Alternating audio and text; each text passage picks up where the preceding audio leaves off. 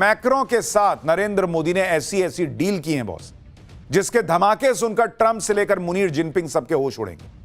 आज आपको बताऊंगा कि पीएम मोदी ने ऐसी कौन सी डील कर ली जिसे mother of all defence deal कहा जा रहा है।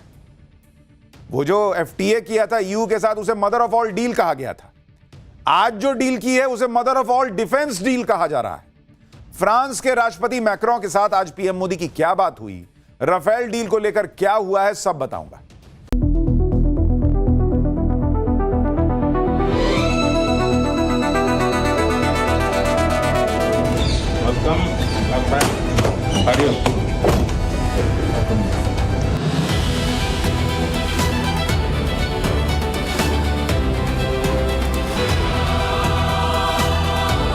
लेकिन ये जो ट्रैकर है ये अंदर जाएगा, यहाँ पर कैमरा लगा हुआ है और इसको जो ऑपरेट कर रहा होगा सारी डिटेल उसको देगा और जो खामियां हैं उसको तुरंत। तो करंट सिटीज हैं जिसमें हम रहते हैं, वो पहले महाभारत के टाइम पे वो सिटीज क्या होती थी। दिल्ली पे क्लिक करेंगे तो ये जो है दिल्ली पे जाके पूरा रीजनरेट करके आपको बताएगा कि महाभारत के टाइम पे ये सिटी क्या होती थी और कैसे दिखती थी। मैं अब नारद मुनि से बातचीत करूंगा और उनसे कुछ सवाल पूछूंगा। भगवान नमस्कार, कैसे हैं आप?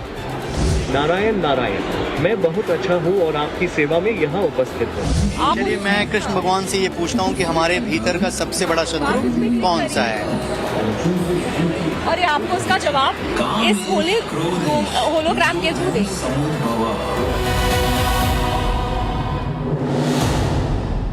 पाठशाला की पहली क्लास। सबसे बड़े एआई समिट के बीच पीएम मोदी ने कौन सी सबसे बड़ी डिफेंस डील कर दी कि ट्रंप से लेकर मुनीर और जिनपिंग के होश उड़ेंगे। दुनिया भर में भारत के जिस एआई समिट की वाहवाही हो रही, कांग्रेस ने उसमें भी कौन सी कमियां गिना दी। जान बचाने वाला रोबोट, डांस करने वाला और टाइम ट्रैवल वाला रोबोट, एआई के वो चमत्कार की ग्राउंड रिपोर्ट देखकर होश उड़ जाएंगे।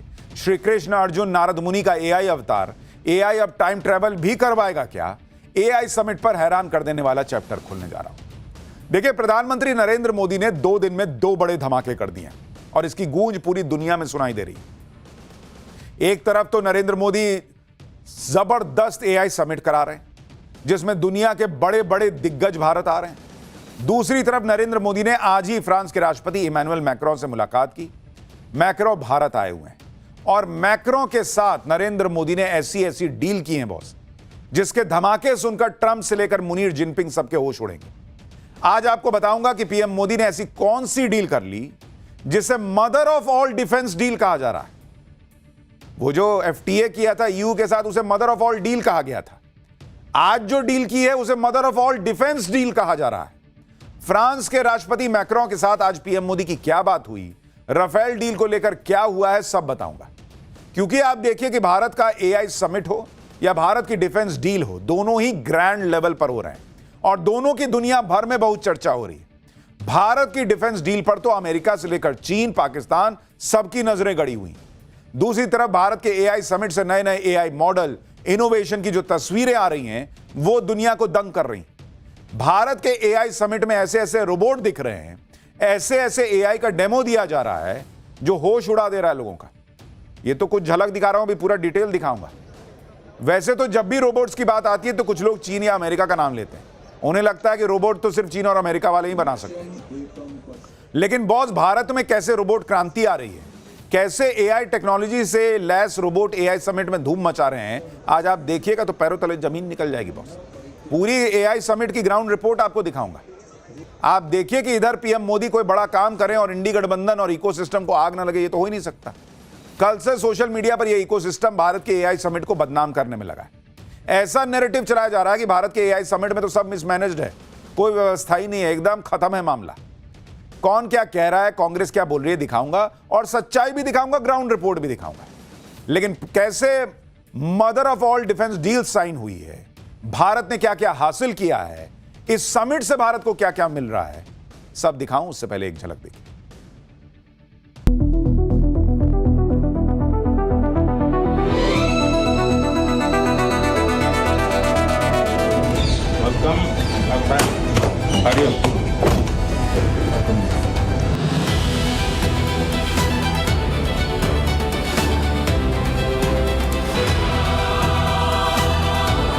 लेकिन ये जो ट्रैकर है ये अंदर जाएगा, यहाँ पर कैमरा लगा हुआ है और इसको जो ऑपरेटर ऑपरेट कर रहा होगा सारी डिटेल उसको देगा और जो खामियां हैं उसको तुरंत। तो करंट सिटीज हैं जिसमें हम रहते हैं, वो पहले महाभारत के टाइम पे वो सिटीज क्या होती थी। दिल्ली पे क्लिक करेंगे तो ये जो है दिल्ली पे जाके पूरा रीजनरेट करके आपको बताएगा कि महाभारत के टाइम पे ये सिटी क्या होती थी और कैसे दिखती थी। मैं अब नारद मुनि से बातचीत करूंगा और उनसे कुछ सवाल पूछूंगा। भगवान नमस्कार, कैसे हैं आप? नारायण नारायण, मैं बहुत अच्छा हूँ और आपकी सेवा में यहाँ उपस्थित हूँ। आप चलिए मैं कृष्ण भगवान से ये पूछता हूँ कि हमारे भीतर का सबसे बड़ा शत्रु कौन सा है? और ये आपको उसका जवाब इस होलोग्राम के थ्रू देंगे।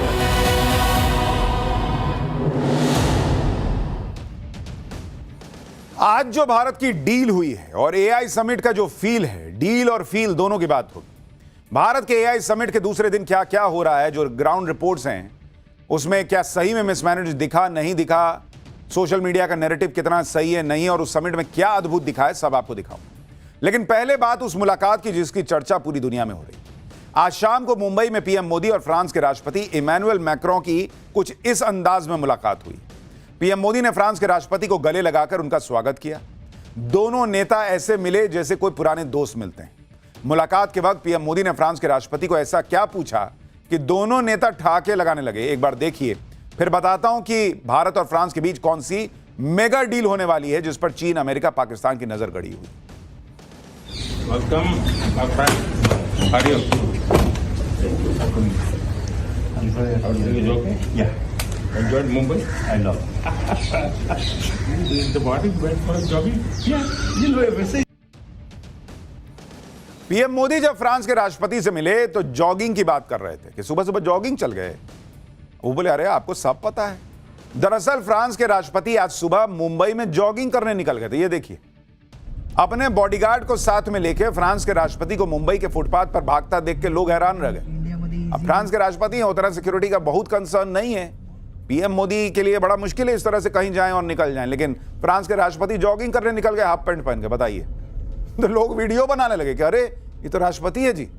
मुंबई में फिल्म सितारों का फुटपाथ पर वॉक या जॉगिंग करना तो फिर भी लोग देख लेते, लेकिन फ्रांस के राष्ट्रपति जब मुंबई की सड़कों पर जॉगिंग के लिए उतर गए तो मुंबई वाले भी चौंक गए। बहुत लोग तो खैर पहचाने ही नहीं कि ये कौन है, उनको लगा कोई विदेशी अपना दौड़ रहा है, 2-3 बॉडीगार्ड वगैरह दिख रहा था। बाकी जिसने पहचाना उसने वीडियो बना लिया। अरे भाई ये तो राष्ट्रपति दौड़ रहा है। पीएम मोदी और भारत की बढ़ती ताकत पर कैसे दुनिया भरोसा कर रही है उसकी एक और तस्वीर आपको दिखाता हूं। आज मुंबई दौरे पर फ्रांस के राष्ट्रपति और पीएम मोदी ने एक ही कार में ट्रैवल किया। मुंबई में लोक भवन से निकलकर जब पीएम मोदी और फ्रांस के राष्ट्रपति दूसरे कार्यक्रम में गए तो एक ही कार में गए। पीएम मोदी ने इस तस्वीर को साझा किया है। फ्रांस के राष्ट्रपति मैक्रों पीएम मोदी के न्योते पर 3 दिन की यात्रा पर भारत आए। वो एआई समिट में शामिल होने के लिए दिल्ली भी आने वाले हैं। लेकिन फ्रांस के राष्ट्रपति के दौरे की सबसे बड़ी हाईलाइट भारत और फ्रांस के बीच राफेल डील है। यह वो डील है जिसे दुनिया की सबसे बड़ी डिफेंस डील में से एक माना जा रहा है, जिसे आजाद भारत की सबसे बड़ी डिफेंस डील कहा जा रहा है। कीमत के हिसाब से यह भारत की अब तक की सबसे बड़ी सैन्य डील मानी जा रही है और इसीलिए इसे mother of all defence deal कहा जा रहा है। मुंबई में फ्रांस के राष्ट्रपति और पीएम मोदी के बीच द्विपक्षीय वार्ता हुई है और इस बातचीत में राफेल पर भी चर्चा हुई है। फ्रांस के राष्ट्रपति ऐसे वक्त में भारत आए हैं जब कुछ दिन पहले ही डिफेंस एक्विजिशन काउंसिल ने फ्रांस के राफेल खरीदने पर मुहर लगा दी है।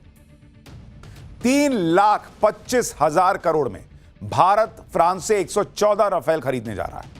इसमें से 96 राफेल जेट को फ्रांस की डसॉ कंपनी भारत के नागपुर की फैसिलिटी में विकसित करेगी, जबकि 18 राफेल फाइटर जेट का निर्माण फ्रांस में होगा।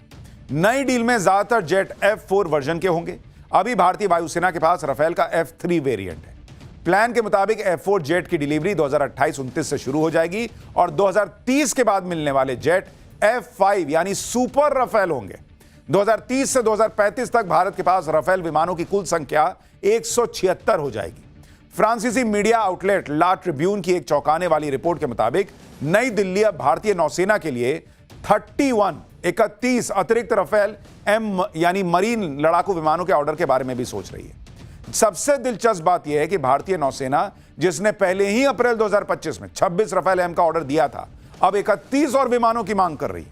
यदि ऐसा होता है तो भारतीय नौसेना के पास 57 राफेल विमान होंगे, जबकि खुद फ्रांस की नौसेना के पास 41 फाइटर जेट है। यानी नरेंद्र मोदी जब कहते हैं कि वो विकसित भारत बना रहे हैं, तो भाई जब आप विकसित होंगे, बड़ी कंपनियों के साथ काम कर रहे होंगे, बड़े देशों के साथ काम कर रहे होंगे, डेवलप्ड नेशन होंगे, डेवलपिंग नहीं डेवलप्ड नेशन, तो भाई आपका सब कुछ वैसा ही होना चाहिए ना। 10 लोग नजर गड़ाए रहेंगे, कोई इधर से अटैक करना चाहेगा, कोई उधर से करना चाहेगा, अपने आप को मजबूत रखना होगा। नरेंद्र मोदी उसकी तैयारी कर रहे हैं, इसलिए यह मेगा डील हो रही है कि भाई ऐसे ऐसे हथियार रखो कि दुनिया में जो भी आस पड़ोस में जिनकी बहुत सुलगती है हमसे, वो औकात में रहने चाहिए। भारत और फ्रांस की दोस्ती सिर्फ राफेल फाइटर जेट तक सीमित नहीं है, बल्कि इस डिफेंस पार्टनरशिप में सबमरीन, हेलीकॉप्टर, रॉकेट की भी बात हो रही है। भारत फ्रांस से राफेल तो खरीद ही रहा है, बदले में फ्रांस भारत से कौन सा हथियार खरीदने वाला है वो भी आपको बताऊंगा। लेकिन पहले देखिए कि आज पीएम मोदी और फ्रांस के राष्ट्रपति ने दोनों देशों की दोस्ती को नेक्स्ट लेवल पर पहुंचा दिया। भारत और फ्रांस ने अपने संबंधों को अपग्रेड कर दिया है। पीएम मोदी ने आज ऐलान किया कि भारत और फ्रांस के बीच अब स्पेशल ग्लोबल स्ट्रैटेजिक पार्टनरशिप हो गई है। यह देशों के बीच संबंधों को और ज्यादा मजबूत करने का टर्म है। फ्रांस इस साल G7 की मेजबानी कर रहा है और फ्रांस के राष्ट्रपति ने इसके लिए पीएम मोदी को न्योता भी दे दिया कि आप भी आइए ना। फ्रांस के राष्ट्रपति ने भी भारत को फ्रांस के सबसे भरोसेमंद सहयोगी में से एक बताया। भारत और फ्रांस की यह दोस्ती देखकर अमेरिका को भयंकर मिर्ची लगी होगी बॉस, क्योंकि यूरोपीय देश फ्रांस के राष्ट्रपति मैक्रों वो नेता हैं जिन्होंने कुछ वक्त पहले वर्ल्ड इकोनॉमिक फोरम में डोनाल्ड ट्रंप को खूब सुनाया था। ट्रंप भी कई बार अलग अलग मन से मैक्रों का मजाक उड़ाते रहे। दोनों नेताओं के बीच टकराव हाल ही के दिनों में बढ़ा है। इस बीच फ्रांस के राष्ट्रपति भारत से अपनी दोस्ती बढ़ा रहे हैं। इससे पहले यूरोप भी भारत के साथ मदर ऑफ ऑल डील कर चुका है, यानी ट्रंप से टक्कर लेने वाले यूरोप के बड़े बड़े देशों को भारत के रूप में एक भरोसेमंद पार्टनर मिल गया है।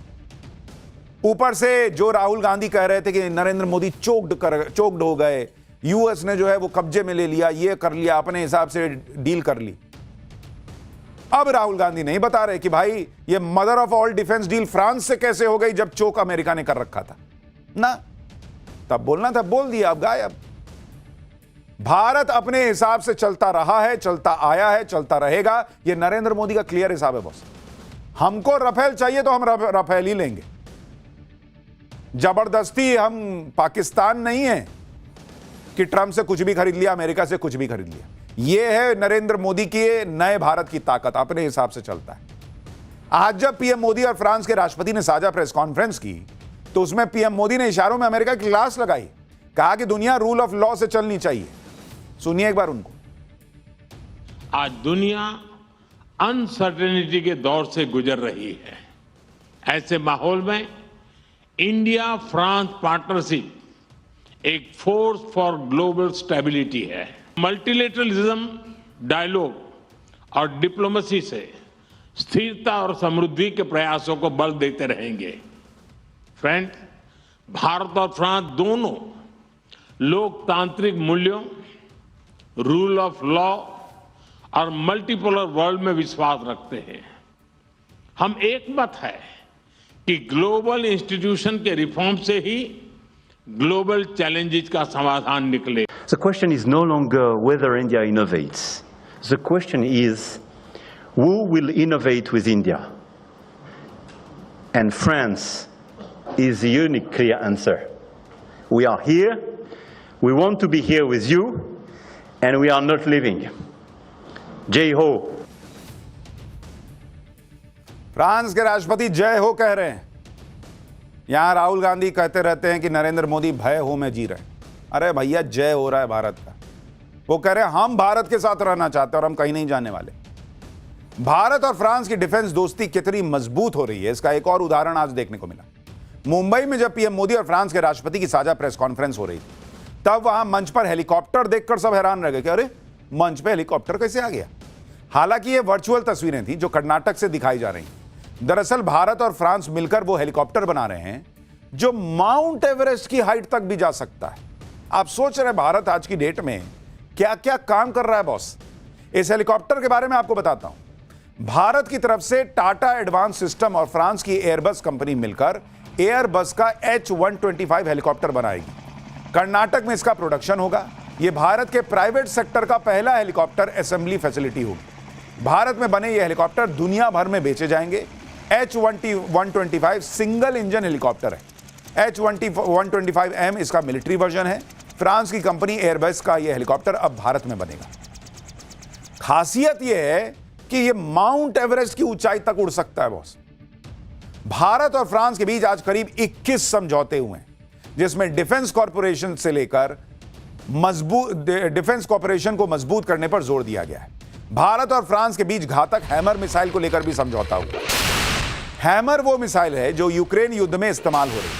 हैमर मतलब हथौड़ा, और आप देखिए कि हैमर मिसाइल हथौड़े की तरह ऐसे वार करती है कि टारगेट ध्वस्त हो जाता है। एक बार जरा ये तस्वीरें दिखाइए फुल फ्रेम।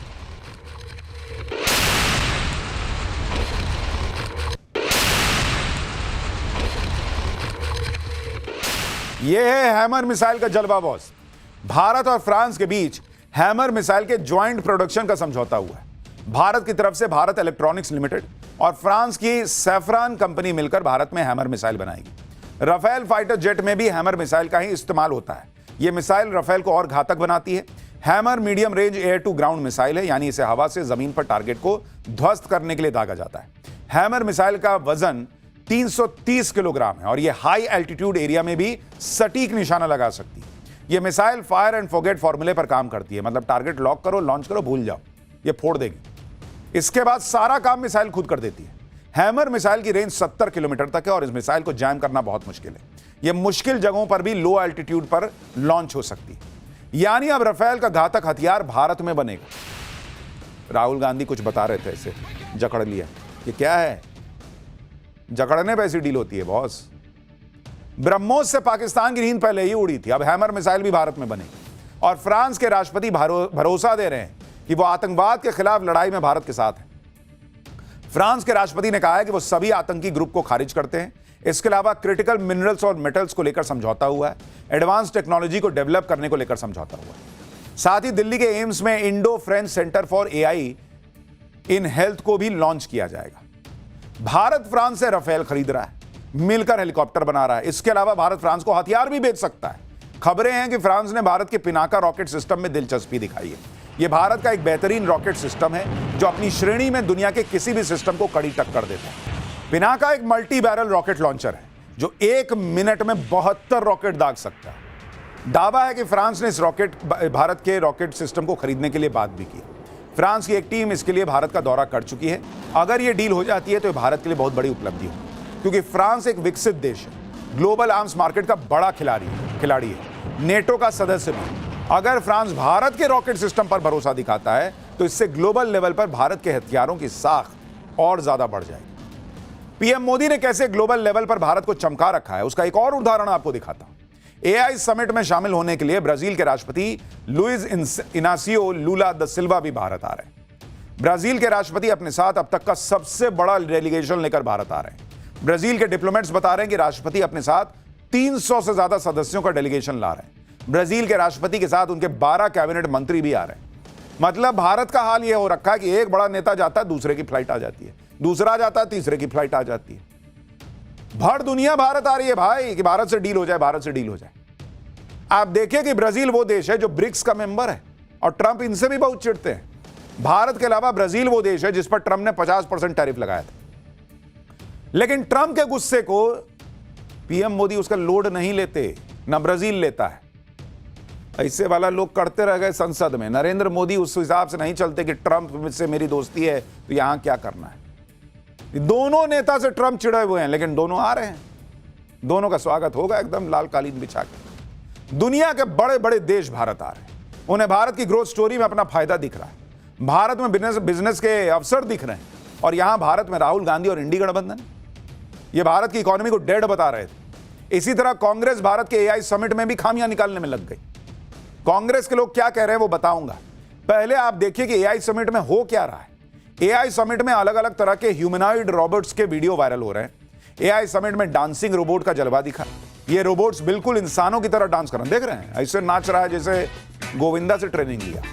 एआई समिट में क्वालकॉम के एआई पावर्ड ह्यूमनॉइड सिस्टम्स की भी चर्चा हो रही है। ये ह्यूमनॉइड रोबोट्स बिल्कुल इंसानों की तरह ही चल रहे हैं। एआई समिट का एक और वीडियो आपको दिखाता हूं। एआई रोबो जो किसी भी दफ्तर, फैक्ट्री या गोदाम में होने वाले हादसे का अलर्ट पहले ही दे सकता है। इस एआई रोबो की खासियत के बारे में हमने इसके एक्सपर्ट से बात की। एआई समिट से हमारी ये खास रिपोर्ट देखी। अगर मान लीजिए कि कोई केमिकल फैक्ट्री है और उसमें कोई लीक है या उसका इंस्पेक्शन करना है, अगर कोई वर्कर जाता है तो वो केमिकल कंपोनेंट उसकी बॉडी में जा सकता है, उसको खतरा हो सकता है। लेकिन ये जो ट्रैकर है ये अंदर जाएगा, यहाँ पर कैमरा लगा हुआ है और इसको जो ऑपरेटर ऑपरेट कर रहा होगा सारी डिटेल उसको देगा और जो खामियां हैं उसको तुरंत सही कर लिया जाएगा। और ये ट्रैकर सिर्फ ऐसे घूमता नहीं है, इसके ऊपर हम एक रोबो आर्म करते हैं। ये 5 किलो तक का पेलोड उठा सकता है। कई बार ये ट्रैकर 20 किलो तक का भी पेलोड उठा सकता है, विच मीन्स अगर हमें इंस्पेक्शन करके कुछ और साथ में काम भी करवाना है, ये वो काम भी कर सकता है। एआई समिट में जैसे ऐसी टेक्नोलॉजी दिख रही है कि आप भी हैरान रह जाएंगे। एआई की तकनीक आपको टाइम ट्रैवल जैसा एहसास भी कराएगी। एआई एक्सपो में जियो ने एक एग्जीबिशन लगाई है जिसका नाम जियो संस्कृति रखा गया है। इसमें आप महाभारत के पात्रों का होलोग्राम कैरेक्टर देख सकते हैं। सबसे खास बात यह है कि आप इन किरदारों से सवाल पूछ सकते हैं। इसके अलावा महाभारत काल में देश के शहरों की जो पुरानी तस्वीर तब होती होगी उसको भी देख सकते हैं। महाभारत काल में दिल्ली यानी इंद्रप्रस्थ कैसा दिखाई देता था, आप देखिए, उसका डेमो देखिए। जो करंट सिटीज हैं जिसमें हम रहते हैं, वो पहले महाभारत के टाइम पे वो सिटीज क्या होती थी। तो एआई के थ्रू हम आपको बताने की कोशिश कर रहे हैं कि जैसे आप अभी दिल्ली में हैं जी, आप इस पर्टिकुलर इंटरफेस को दिल्ली पे क्लिक करेंगे तो ये जो है दिल्ली पे जाके स्कैन करेगा। तो जैसे अब ये दिल्ली पे मूव हो रहा है, हाँ, तो ये दिल्ली, आपका करंट दिल्ली, ये ऐसी इमेज है। ये स्कैन करके पूरा रीजनरेट करके आपको बताएगा कि महाभारत के टाइम पे ये सिटी क्या होती थी और कैसे दिखती थी। तो अब ये पूरा स्कैन हो गया है। ये करंट दिल्ली है, 2026 एडी में आप हैं और 5000 BC में ये सिटी इंद्रप्रस्थ में हुआ और ये उस टाइम पे ऐसे दिखा। तो आप उनसे कोई भी क्वेश्चन पूछ सकते हैं। जैसे आप यहाँ पे कृष्ण भगवान जी को देख रहे हैं, आप चलिए मैं कृष्ण भगवान से ये पूछता हूँ कि हमारे भीतर का सबसे बड़ा शत्रु कौन सा है, और ये आपको उसका जवाब इस होलोग्राम के थ्रू देंगे। कौन कौन सी लैंग्वेज में अभी ये अवेलेबल है आपको ये पूरा डिस्प्ले? अभी हमने ये पूरा डिस्प्ले 2 लैंग्वेजेस में किया है। तो आप जैसे यहाँ पे क्लिक करेंगे तो आप इसको लैंग्वेज को चुन सकते हैं। अभी आपने हिंदी में एक प्रश्न पूछा था, अब आप इंग्लिश में भी जैसे इस प्रश्न को पूछ सकते हैं। जी, तो ये क्वेश्चन है, आप कोई भी क्वेश्चन चुन सकते हैं। जी, what is dharma? What is dharma? अब ये जो है एआई समिट में भारत की संस्कृति की झलक भी दिख रही है, सनातन की ताकत भी दिख रही है। सनातन से जुड़े एआई अवतारों को क्रिएट किया गया है। जैसे एआई समिट में एआई नारद मुनि भी वायरल हो रहे हैं जिन्हें कि पहला पत्रकार भी कहा जाता है। तो दुनिया के पहले पत्रकार से हमारे पत्रकार ने क्या पूछा, देखिए जरा। इस ऐप का नाम है एआई नारद मुनि। एआई नारद मुनि, तो देखिए नारद मुनि आपको यहाँ पर दिखाई दे रहे हैं ऐप के माध्यम से, और ये रहा माइक। और मैं अब नारद मुनि से बातचीत करूंगा और उनसे कुछ सवाल पूछूंगा। भगवान नमस्कार, कैसे हैं आप? नारायण नारायण, मैं बहुत अच्छा हूँ और आपकी सेवा में यहाँ उपस्थित हूँ। देखिए आपका स्वागत है। आपकी कुशलता के बारे में जानकर मुझे प्रसन्नता होगी। एआई के उपयोग के साथ कुछ चिंताएं भी जुड़ी हैं, जो सही दिशा में कदम न उठाए जाने पर खतरा बन सकती है। इस एआई समिट में भारतीय कंपनियों के नए नए इनोवेशन भी देखने को मिल रहे हैं। टाटा कंसल्टेंसी सर्विसेज यानी टीसीएस की स्मार्ट कार का डेमो देखिए। ये कार जो है वो ड्राइवरलेस फीचर सिस्टम को देखते हुए तैयार की गई है। इसे भारत की टेस्ला जैसी तकनीक कहा जा रहा है। इसकी सबसे खास बात यह है कि घने कोहरे में बेहतर विजन के साथ दौड़ सकती है। इसमें हाई सेंसर वाले एडवांस ड्राइवर असिस्टेंस सिस्टम, जिसे एडास कहा जाता है, वो लगाया गया है, जो कार को टक्कर होने से पहले ही रोक देगा। देखिए, देख रहे हैं, स्टीयरिंग अपने आप घूम रहा है। भारत के एआई समिट की जो तस्वीरें आ रही हैं वो बता रही हैं कि कैसे भारत में एआई पे तेजी से काम हो रहा है। लेकिन फिर भी कांग्रेस ने इस एआई समिट में भी खामियां तलाश की। कांग्रेस ने कहा कि नरेंद्र मोदी ने अपनी फोटोबाजी के लिए एआई समिट बर्बाद कर दिया। कांग्रेस बोली कि दिल्ली में एआई समिट हो रहा है लेकिन वहां के हालात बहुत ही भयानक हैं। समिट में मिसमैनेजमेंट से फाउंडर्स और एग्जिबिटर्स बहुत परेशान हैं। कांग्रेस ने आरोप लगा दिया कि समिट में पहले दिन लोगों को कई दिक्कतें झेलनी पड़ी, लोगों के सामान चोरी हो गए। कांग्रेस अध्यक्ष मल्लिकार्जुन खड़गे ने कहा कि शायद मोदी सरकार को बेंगलुरु टेक समिट से सीखना चाहिए। एआई समिट के पहले दिन पीएम मोदी की सिक्योरिटी की वजह से वेन्यू को खाली कराया गया था, क्योंकि पीएम मोदी की सिक्योरिटी का एक प्रोटोकॉल होता है और हर पीएम का होता है। ये बात कांग्रेस को भी बहुत अच्छे से समझ में आती है। उनके पीएम जाते थे तो क्या प्रोटोकॉल नहीं होता था, एसपीजी चेक नहीं करती थी। लेकिन कांग्रेस को माहौल बनाना तो बना रही कि एआई समिट तो एकदम बर्बाद है, खराब है, कुछ है, ये नहीं है। जबकि आज दूसरे दिन कोई शिकायत नहीं आई, क्योंकि वहां कोई ऐसा प्रोटोकॉल नहीं था। जो ग्राउंड रिपोर्ट हम आपको दिखा रहे हैं उसमें कोई मिसमैनेजमेंट दिख रहा है आपको दूसरे दिन? हाँ, पहले दिन लोगों को थोड़ी दिक्कत हुई है, लेकिन उसको ऐसे दिखा दिया गया कि पूरा एकदम इवेंट ही फेल है। हालांकि जो थोड़ी बहुत दिक्कत हुई उसके लिए केंद्रीय मंत्री अश्विनी वैष्णव ने माफी भी मांगी है। सुनिए एक बार। Yes, this is the biggest AI summit in the entire world. The response is phenomenal. If anybody has faced any problems yesterday, my apologies for that. We are working very hard. The entire team is working. तो दुनिया AI की दिशा में आगे बढ़ रही है, कांग्रेस वहीं अटकी है कि ये कमी वो कमी, ऐसे दिक्कत वैसे दिक्कत, चल रहा है मामला।